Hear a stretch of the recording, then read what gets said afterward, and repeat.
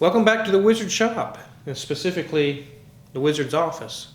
You guys have seen me in here many times doing estimates for Tyler, and today we're going to do a celebration.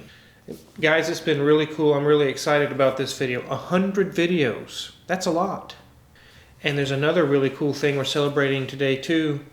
200,000 subscribers. That's amazing. I'm really thankful to you guys for that. It's been about a year and a half we've been doing this, and it's taken a while, but we have grown quite a bit since the beginning.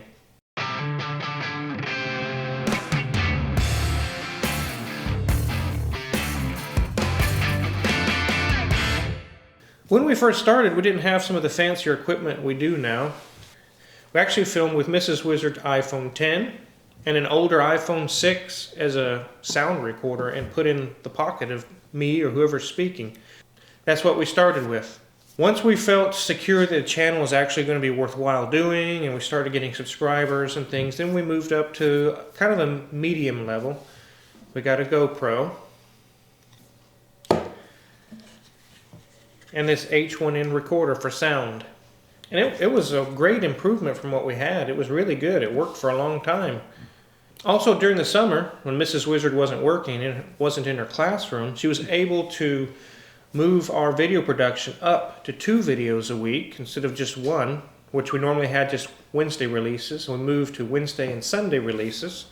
And lucky for you guys, she's back in the classroom again and we're still able to maintain that 2 videos a week. It's working really well. She's been working really hard. I'm really appreciative for that. At our 1-year anniversary, we decided it's time to make the move to 4K. That's what we're using now. That's where we're at. We purchased a Panasonic 4K camcorder, and it's been doing excellent clear video. We're really happy with that. We also moved up to Rode Wireless Go for sound, and that has been a great improvement. During this past year, you've seen my beard probably down to here, up to here. I just let it grow and grow until I get tired of it, and then I trim it up. And especially when I'm working in a car and it starts getting caught into things, and I'm like, all right, it's time to trim it up. So you've seen different variations of the Wizard's beard. So Wizard, what happened to your hair? I decided to pull all my hair out, shaved it off, and went through the bald look, and actually got some comments, so I'm really liking it. On this channel in the last year, we've actually met some really cool people. We've met Tavarish. You guys already know Hoovie. We had Video Robert Mosley on the channel. And you also got to see Mrs. Wizard and her cool new Allante. Now, as far as next year, what's it going to bring, I have no idea. It just depends on what kind of cars come in, what kind of things happen with the shop. That's going to be exciting to find out how things slowly reveal themselves throughout the year, what kind of videos we're going to have. You guys are not going to be disappointed. We got all kinds of cool stuff, all kinds of cool videos already in the wait.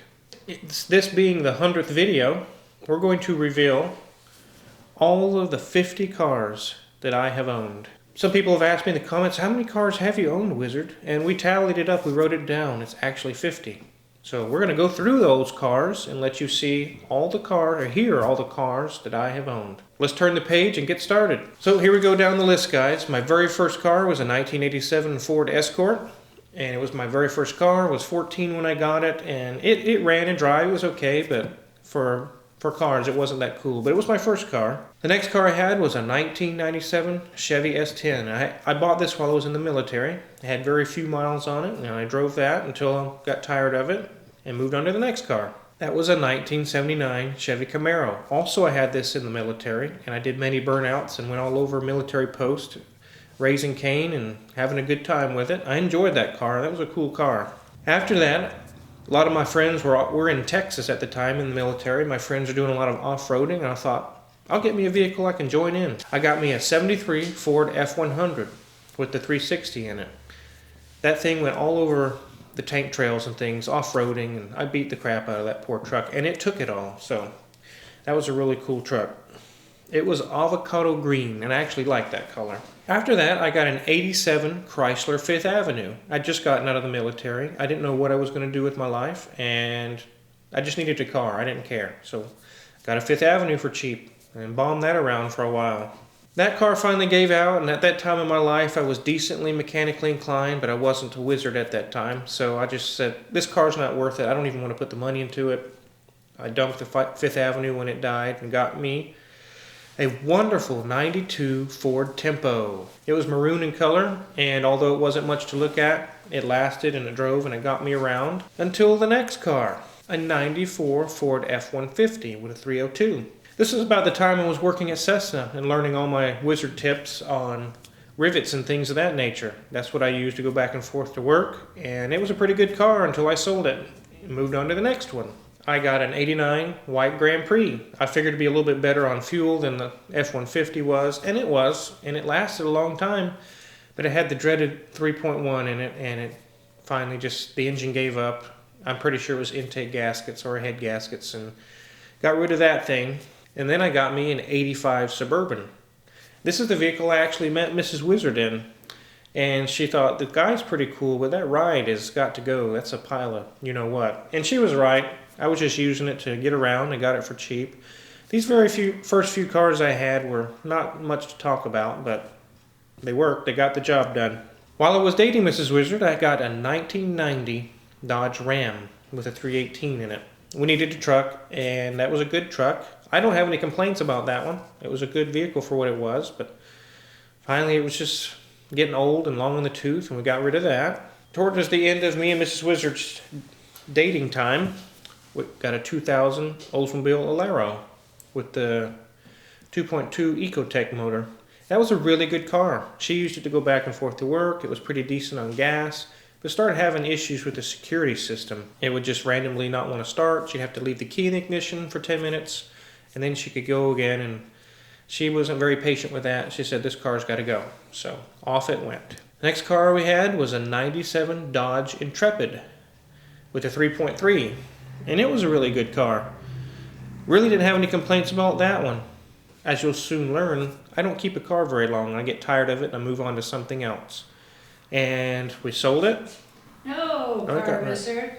That was the one that got rear-ended by that Ford Mustang. Oh yeah, we didn't sell that one.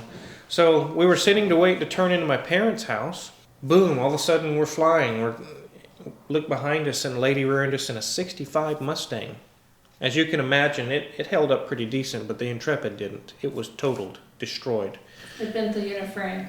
It bent the frame all the way to the back seat. And Miss Wizard wasn't happy with the driver because we had a little baby in the back. So we were married at this time. After that, I got a 99 Toyota Solara. I wanted something a little bit more fuel efficient, decent, and reliable. And that's when I started to learn about the reliability of Toyotas. That car ran and ran and ran and ran. All I did was oil changes. No trouble. So. Till it not that deer. Yeah, we hit a deer with that, and it kind of messed. It didn't really damage it too bad, but I was able to repair it and get it decent enough. Then it was time to move on to the next car. 2001 Nissan Pathfinder. This is at a time when my wizard skills were starting to improve. I was working at shops and I was learning the trade, and I was able to take care of this car, but there had one issue that the steering wheel would shake at highway speeds, and I tried everything that I knew, and we never solved it. I took it to shops to pay to have it solved, and they couldn't solve it. I couldn't solve it. I finally we just got rid of it because we were like, whatever's wrong with this vehicle, we're not going to go through the money to figure it out. We're done with this. It did travel all the way back from Niagara Falls and back to Kansas. It did all that, you're right, but we just got tired of it shaking. And at this time is when the new Mustang came out in 05. This happened to be 06 actually, and I decided I wanted one of those. It had 4,000 miles on it. I guess it was a demo car. They used it for demonstration or something. Got it pretty cheap comparatively, and I was cruising in a then new 06 Mustang. It was a pretty cool car. I really enjoyed that car. But eventually I gave that to Mrs. Wizard, and that was her car for a while. At this time is when the 2008 crisis hit, and gas prices were through the roof, almost $4 a gallon. And we started looking around, and we're like, if this is going to be the new norm, which we didn't know if it was or not, we've got to get a hybrid car. So I went and got a brand new 2010 Honda Insight. And it got what advertised, 40, 45 miles per gallon. It did really good. And no trouble, no complaints. It started to have some little bit of issues with the CVT transmission. It didn't fail. but it started to kind of be slipping a little bit here and there. And I serviced it and did different things, but I said, you know what? Before this thing fails, I'm going to get rid of it. If you haven't noticed, there's a common theme on the first several cars. There really wasn't any European cars. There was Asian and domestic. But this is where it changed at this time. I went ahead and decided to go out on a whim and buy a 98 Land Rover Discovery. It was Discovery 1. And somehow it made it home. We bought it in Tulsa and drove it 4 hours home, and it overheated on the way home. I bought it from a guy who said there was no issues with it, but obviously it had blown head gaskets. That was my first iteration into getting into European cars. I fixed the head gaskets myself, and it was a very good vehicle from there on out. So I was really pleased with that vehicle. The next car is actually the car that caused me to come into contact and meet Hoovie, Tyler Hoover of Hoovie's Garage. It's an 83 Mercedes 240D. This was my next venture into European cars. I actually went up to Kansas City, purchased it, and posted on a Mercedes forum all the different work I did to it. I fixed all kinds of things wrong with it. And that took notice of Tyler. He was looking for someone to fix his dealership cars, European cars.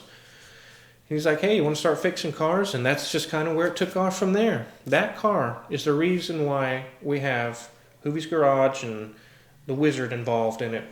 So I'm really thankful, obviously, for that car. Wizard, didn't Hoovie also want to go up to Kansas City and buy that car, but you just beat him to it? Yeah, he was actually going to buy that car, but I beat him to it.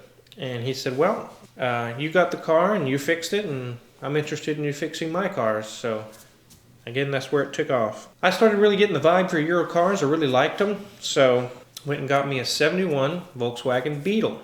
It had been lowered. It had been repainted with actually Lamborghini Diablo orange paint. And it actually did a good job on the paint job. I went ahead, spent a bunch of time. I got the thing back up to normal suspension height and brought it back to stock. That's why I like is stock vehicles. And I enjoyed that for a long time and got rid of that, sold it for cash, way more than what I paid for it. So then we needed a truck, something cheap. So I went and got an 87 F250 with a 7.3 IDI diesel, not the Power Stroke, just the IDI diesel. And it did the job. It hauled stuff around, but it did not have overdrive. And we got tired of the engine screaming on the highway. So that one we didn't keep very long. We went on to the next. At that time, I was working in a machine shop, writing CNC programs and setting up lathes, CNC lathes, and making pretty good money. So I went out and got me a 2005 Cadillac Deville. And this is during the years where they didn't have the head bolts and things and head gasket problems. They had solved it by 2005, so it was a really good car. I really enjoyed it, but finally that one went too, and we moved on to the next one. I was traveling back and forth from Wichita to Halstead, or back and forth to go to work, and I wanted something more fuel efficient, and I got me a cheap 97 Mitsubishi Lancer. We got it really cheap, and I thought this would be a good car, it'll get a good gas mileage, I don't care what it looks like, I really don't care. But it was so slow that it was almost dangerous. I would pull out in front of someone that was way behind me, and I would think, well, I got time to... And by the time I got up to speed, they were on my bumper and getting pissed off. So it's like, no, this ain't going to work. So we sold that. At the time, I had opened my own little shop. I was doing work for Tyler, and a car of his came through my shop, a 95 BMW 530i wagon. It was dark blue, metallic blue, and it was in excellent shape. And I fixed a few things on it, and this began the habit I have of calling Tyler up and saying, this car you brought me to work on? Yeah, you're not getting that one back. I'm keeping it.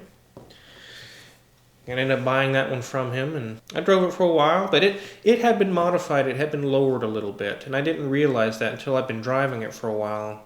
It was really rough riding, and I looked at the suspension, realized it had been lowered and modified, and you know me, stock or go home. That's the way I like it. And I was like, nah, I'm not feeling it, and I'm not putting a whole bunch of money in to bring it back into stock. So I sold that car. Then I got me a cool project car, a 67, not the 69 that I have in the shop, a 67 Cadillac Fleetwood.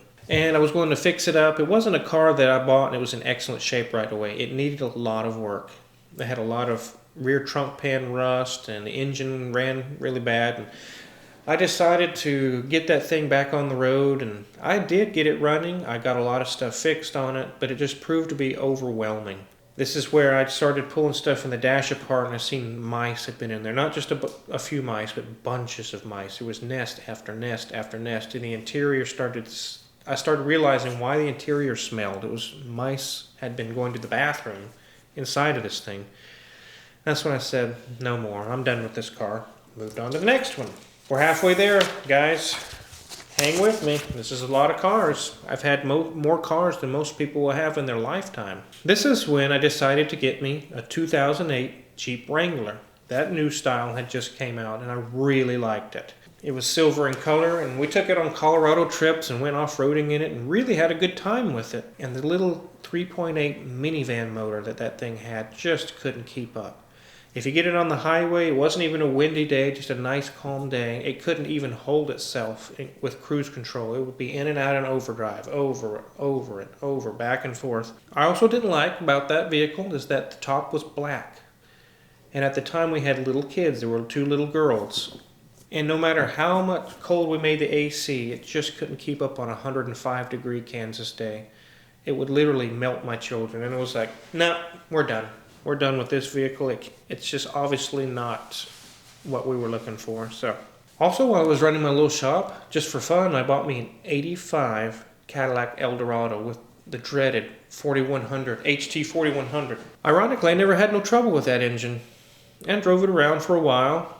I started having issues with computerized modules, temperature control modules, and different things, and they were very hard to come by. And when you did find them, they were skyrocketed in price. And at that time, I was like, I don't want to put that kind of money into a vehicle this old, so sold that one. Went and got me a 2006 Jeep Commander with a Hemi, and it was really a good vehicle, but it started having issues with the sunroof. When it would rain, it would just literally be dripping in our faces. And I tried cleaning the sunroof drains. I tried different things. And I probably could have fixed it, but at that time, Mrs. Wizard had enough. And she said, we're done. We're not going to fix it. We're getting rid of it. I was like, okay, we're getting rid of it. So we did. This is when I bought another Hoovie buy that I told Tyler I'm going to buy from him. It's a 2000 Jaguar Xjr. I didn't really buy this for me. I bought it for Mrs. Wizard. And she cruised that car back and forth to work for a long time. She really, really liked it. But it started getting to where it was burning oil. And it was a $4,000 or $5,000 car. We weren't interested in putting $4,000 or $5,000 into fixing the engine. So it ran good, it drove good. It just burned oil, and we decided, and we moved on to the next car. This is where I bought another project car, a 1950 Oldsmobile 88. It had the 303 V8 and the Hydromatic 4-speed, not a turbo Hydromatic. Just Hydromatic. And I was going to get this thing going, and this is where I've learned over the years, the experience and the videos I've done for you guys about project cars and engine swaps and this and that, and it proved to be so overwhelming. I realized I'm not a car restoration guy. I don't get into that stuff because it was just hundreds and hundreds and thousands of dollars and so much work, and weekend after weekend after weekend after weekend away from my family, and I was like, nah, I sold it and got rid of that. I decided to go down to Oklahoma City. The next car I purchased was an 03 Mercedes E500. And I went through and did a lot of work to it. I fixed a lot of things, ball joints and this and that. I mean, it had a drive shaft vibration that just wouldn't go away. I took the drive shaft off, had it rebalanced, I tried flex joints, I tried all kinds of different things. And this is another one of those incidents where I could have fixed it, but I just didn't want to spend the time. I was already fixing cars week in and week out, every day after day after day, and I decided I don't want to spend my weekends working on cars as well. It had several other issues, and it was high mileage, over 200,000 miles. It wasn't worth putting a bunch more into it, so I got rid of that. I ended up trading that car for a 2002 Cadillac Deville. What? A North Star? Oh, yeah. And it knowingly had blown head gaskets. That's kind of dumb, Wizard, but it wasn't dumb because the Mercedes had 260,000 miles, something crazy on it. The Cadillac had 80. It was immaculate. It was a beautiful car. And I knew this was a big, big step for me to try to do head studs on a North Star. I'd never done that before. So I got it. At the time I was working at a shop, and the shop owner allowed me on the weekends to work on it. Pulled the whole powertrain out the bottom and went to work. and drilled out the block and put the North Star Performance head stud kit in it. Did the water pump and all kinds of transmission solenoids, all kind of upgrades while it was out. Put it all back together, and it was a flawless car. 0 issues. You've seen this car, actually. It's in my North Star video where I talk about how dumb design the engine is, and that car is in there. I had given this car to my daughter as one of her first good cars, and you know what they do? They get with their friends, they hang out, they go driving, and she was pretty respectful of the car, but the friends weren't. They'd slam the door, or they would laugh and joke and beat it up, and the car really got beat up pretty bad. So it started having some other issues. I decided to sell it and got rid of that. I did get a really cool car that wasn't a project car. It was a 55 Buick Special. Had a 264 nailhead V8 with a 3-speed on the tree. And it was a really cool car, but it had drivetrain issues, and the engine had some issues, and it was going to take a lot of money. And at the time, we didn't have the money. So I fixed a few things, I put it back together, and it was a lot better, but I decided we needed the money at that time more than we needed the car, so we sold that car. The next vehicle is not a car, it's a motorcycle. It's my first Harley. I bought a basket case, 79 Shovelhead FLH. Hadn't ran in years. And the guy I got it from was a real piece of work. He was really a scum guy. While I was waiting for this guy to go find the title, he had some lady over, and they were doing unspeakable things in the back of the house while I'm waiting to do this transaction. I'm like, what? I finally told the guy, I said, I'm going to load up the bike. Give me the title, and I'm out of here. I'm tired of the games. And that's when I started learning things about buying cars from people. Sometimes they're real Looney Tunes. Got the thing back, pulled it all apart down to the frame, got it fixed up, painted and everything, and it was a beautiful, beautiful bike.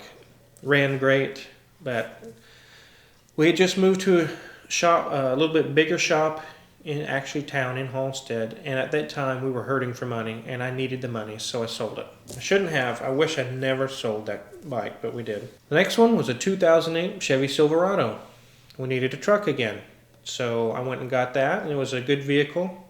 Got it for a decent price, but it had the 4.8 in it, and although it did a good job, and I have no complaints about it other than we were trying to tow campers and things with it, and it just didn't have enough power, and we didn't want to burn it up or hurt the motor or anything, so we sold that. And we got a 2000 Ford F250 with a Power Stroke. Then we had no troubles towing the campers and different things, but I just got tired of the diesels, got tired of plugging it in when it was cold, and they were not known for being easy starters in cold weather. Actually ended up selling that to Crazy D, and he still has that truck. Then we got 2011 Mercedes ML350 for Mrs. Wizard, and she drove that for quite a while until she paid it off. And that got handed down to me. You've seen that in several videos. That one's been in a few videos, and we still have it. And the next was another attempt at a project car. It's a 76 Rolls-Royce Silver Shadow. And I thought, I can rewire this car. It had some issues where the owner had been, the story was he was senile, and I don't know if he was cutting up the wires. I'm not sure exactly what the full story was, but it was destroyed. The wiring harness was destroyed in the car. It ran and drove, but it ended up proving to be not so much overwhelming as far as my abilities. It was overwhelming with time. It would have been every weekend from here to Timbuktu for years trying to sort all that car out. I just really didn't want to do that, so I sold that one actually to J&J Auto Salvage. I imagine they still have it. If you need Rolls-Royce parts, get a hold of them. They will have many good parts for you. This is about the time we were filming Car Issues, and I was looking for a Range Rover. I always wanted a Range Rover. Tyler found me one on his online auction site, and we had it delivered to my shop. It supposedly had engine issues, but I didn't think it was that bad. Until I got the car, Range Rover, the timing chain guides and everything had failed, and the engine was trash. This is an interesting Wizard tip for Range Rovers. It's a quick little tip for you guys. I wanted to put a salvage motor in this 2004 L322 Range Rover. I called salvage yards up and asked for a motor, and they're going to, $5,000, $7,000, $6,000. But I got a little tip from somebody. They said, don't get an engine out of that. Get it out of an 04, 03 BMW X5. And that proved to be an excellent idea because it wasn't $5,000 for the motor. It was $1,800. And I was like, wow, that's less than half price for the identical motor. I only had to change the oil pan, a few things around, and it was a perfect working car and did fine for a long time. The next one was, at this time I had a dealer's license and I got an '02 Chevy Avalanche at auction for really cheap. I fixed a few things on it. There's some videos on that as well. Really was a good vehicle, but we didn't use it that much, and one of my friends, Adrian, needed a vehicle for his business, so I sold it to him, and he's still using it today. This is about the time when we're trying to get rid of video cars for car issues. We're done with the cars, they're done filming them, now they need to move them along. So I took possession of a few of these cars. One of them was a 2007 Audi S6 with the Gallardo based V10 in it. And I enjoyed that car. It sounded awesome. There's a video on that as well. It was an amazing, amazing car. But I got really tired of everything that you wanted to do to the engine was engine out, bumper off. The engine was crammed in there, and it shouldn't have been, because auction sensors were engine out. All this and that, seals are leaking, engine out, and I was like, you know what, I don't have time for engine out all the time. So I got rid of that one. But I bought a 2004 Mercedes S430. There's some videos of that one. I really enjoyed the car. But this is really weird, guys. This is something really weird. When I have a car, I like to try and connect on a certain level with that car. And as awesome as that car was, I just never could connect with it. It worked so well and so good. I actually got bored with it. I traded it to a guy in town for the '84 Chevy Corvette that you guys have seen, the white Corvette that I had. I no longer have. I sold it. I really enjoyed that car. It was fun. It sounded good. It wasn't so fast, but it was a childhood car I always wanted. But I'm not 20 years old anymore, and getting in and out of it was getting really cumbersome and getting really bothersome. So I said enough of that and sold that car. Then we bought for my daughter, which is, I still own it, but she drives it, it's a 2008 Toyota Prius, another car from Bob, Euro-Asian Bob. And it's been a trooper. It's been an excellent car. She's in college. She's been going back and forth to school in it. No trouble. It's also in videos. It's maroon in color. It's really been a super, super car. It was another car that helped me to learn that if you want a car that you don't want to dink around with it all the time, this is broke, that is broke, get a Toyota. Another car issues production car that I purchased was a 2000 Porsche Boxster. And it was a fun car, and I enjoyed it. It was neat, but it wasn't that fast. And entry and exit, again, wasn't all that fun. And for the short time I had it, I enjoyed it. But again, I moved it on. Got tired of it. And I traded it for the '69 Cadillac Fleetwood Brougham that I have. And drove the Cadillac all the way here from up by Topeka, Kansas. And the engine had some issues running rough, but what I liked about the Fleetwood was that the cruise control worked, the power windows worked, the AC worked. Everything worked on this thing, and it only had 70,000 miles on it. That car was at the brink of a dividing line between being neglected and turning into a junker. It was right at that line. Everything still worked, everything's in good shape, but I could tell it had been rained. They left some windows open, got water in it, and I saved it just in the nick of time. So I'm really happy to have that car. Wow, this is a car you still own? I still own that one. And there's videos, many videos on that. We're getting to the bottom of the list, guys. Here we go. Let's finish it up. The car after the ML350 was Mrs. Wizard's 2015 Land Rover Discovery Sport. And other than the water pump issue, we've had no issues with it. It's been a good car, and she really enjoys that car. She loves it. Absolutely loves it. We didn't get rid of that car. We still have it. She's enjoying it. And another Hoovie find that he brought me a car, and I told him he's not allowed to have it back. I'm buying it. Was the '93 Seville Sts that I have. I still have it. 67,000 original miles, and it's like new. I don't drive it a whole lot because I don't want to beat it up, and we're in the winter time, and that's when salt is all over the roads, and I'm just not interested in being crude and mean to that car. It's a good car. Still have it. I really enjoy it. Then I got Squirtle, the 2002 VW Bug TDI. I still have it.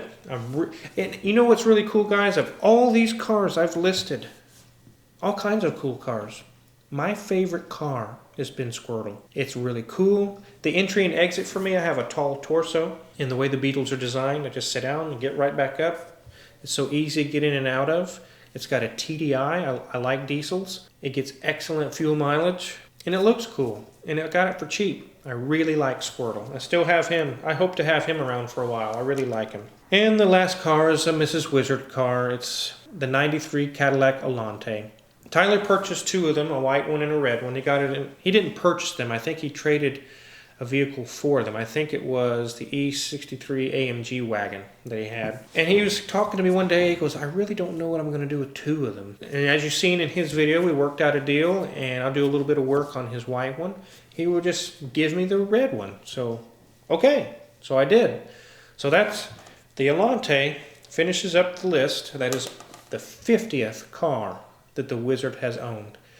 This has been a long list, guys. I know it just it felt like that it just keeps going and going and going. And think about the next 20 years, how many more cars there will be. I don't even know. So to sum up the whole experience, I'm going to give a quick rundown of all the cars. I have owned one of each of these cars: Audi, BMW, Buick, Chrysler, Jaguar, Mitsubishi, Nissan, Pontiac, Porsche, Range Rover, Rolls-Royce. I've owned two of the following cars: Dodge, Harley-Davidson, which isn't a car, but it's a vehicle, Honda, Jeep, Land Rover, Oldsmobile, and VW. And to finish it up, I've owned 4 Mercedes, 6 Chevys, 7 Cadillacs, 7 Fords. So that sums up this video. A whole bunch of cars, guys. A lot of people wonder, where did the Wizard get his experience from? It's from working in shops, it's working in machine shops, working in aircraft industry, and it's also mechanic shops, being in the military. All these things combined, I have a set of skills that most mechanics don't have. It also is because I've owned so many cars that I've fixed all the problems on them. When people bring me oh, I've got an E500, or I've got this or that car, I know in the back of my mind, yep, I used to own one, I know exactly what's wrong with that. All these cars that I've had, I bought them, I fixed things that were wrong with them. They never got to the point of major failure. They had some small failures that we didn't want to mess with, but we've gotten rid of them all before a major catastrophe struck, if there was going to be a catastrophe. I'm really thankful for all the experience I've gained through owning these cars and enjoying and experiencing these cars, and I hope to experience many more down the road. You guys are car guys, I'm a car guy. We've probably all owned quite a bit of cars. It's kind of like a collection. Some people collect stamps, some people collect toy trains or different things. My thing is cars. So if you haven't subscribed already, hit the subscribe button. If you want to know what kind of tools I use, check my Amazon affiliates page. They're listed there for sale. Thanks for making this first 100 videos great. I can't wait for the next 100 videos and growth of the channel. And also thanks for following along with all the different cars I've owned. I really enjoyed going through that list. So thanks for watching.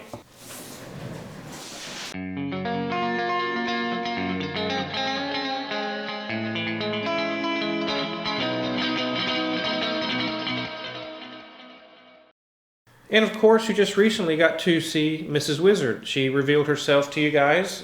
Actually, that doesn't sound good. It doesn't sound good either. Thank you. Yeah.